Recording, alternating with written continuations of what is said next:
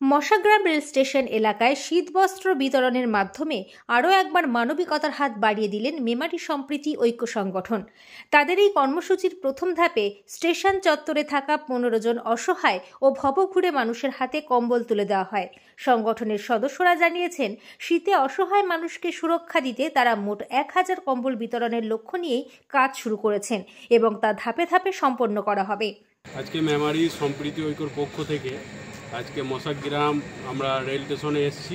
প্ল্যাটফর্মে বিভিন্ন ভবঘুরে যারা থাকেন তাদেরকে আমরা জানি যে শীত পড়েছে এখন ভালোই, তা আমরা তাদেরকে এই কম্বল উপহার স্বরূপ আমরা আজ থেকে শুরু করলাম, প্রথম ফেজে শুরু করলাম।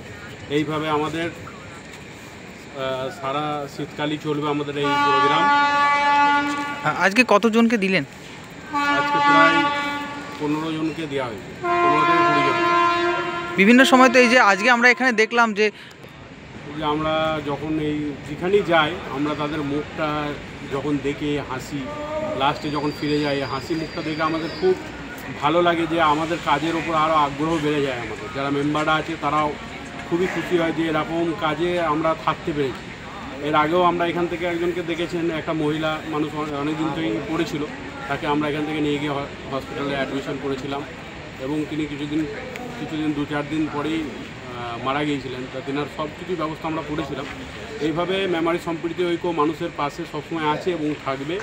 এবং আগামী 21শে ডিসেম্বর আমরা একটা বড় প্রোগ্রাম করছি, সেটা সাতগেছে বাজারে আমাদের ব্লাড ডোনেশন ক্যাম্প থাকবে, স্বাস্থ্য পরীক্ষা শিবির, সমস্ত স্বাস্থ্যের ব্যাপারটাই থাকবে ওখানে এবং কিছু অসহায় মানুষকে কম্বল বিতরণ এবং বাচ্চাদের যারা আছে তাদেরকেও খাতা, পেন এগুলো দেওয়ার একটা ব্যবস্থা আমরা করছি, বড় ধরনের অনুষ্ঠান।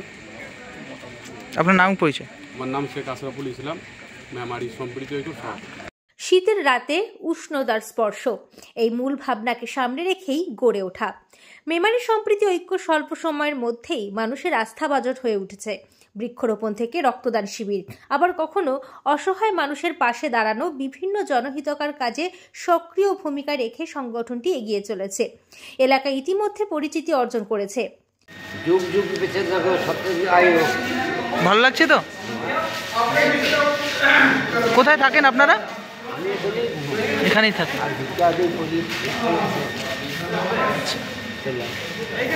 ভালো লাগছে। এই না দিলে তো সারা রাত কষ্ট করতে হতো। আচ্ছা, কোথায় থাকো তোমরা? স্টেশনেই থাকো। আর এই শীতে সেরকম তো কোনো ব্যবস্থা নেই, ফাঁকা জায়গায় থাকতে হয়। দাদাদের কি বলবে এই দাদারা রাতে এসে দিয়ে গেল? ভালো। সংগঠনের পক্ষ থেকে আরও জানানো হয়েছে, সামাজিক এই প্রয়াসে সাধারণ মানুষও যুক্ত হতে পারেন। বাড়িতে থাকা ব্যবহারযোগ্য পুরনো শীতবস্ত্র সংগঠনের হাতে তুলে দিলে তা পৌঁছে দেওয়া হবে সুবিধা বঞ্চিত মানুষের কাছে। মানবিকতার এই উদ্যোগ শীতের রাতে অসহায় মানুষের কষ্ট কিছুটা কমাবে, এমনটাই আশা করছে মেমারি সম্প্রীতি ঐক্য।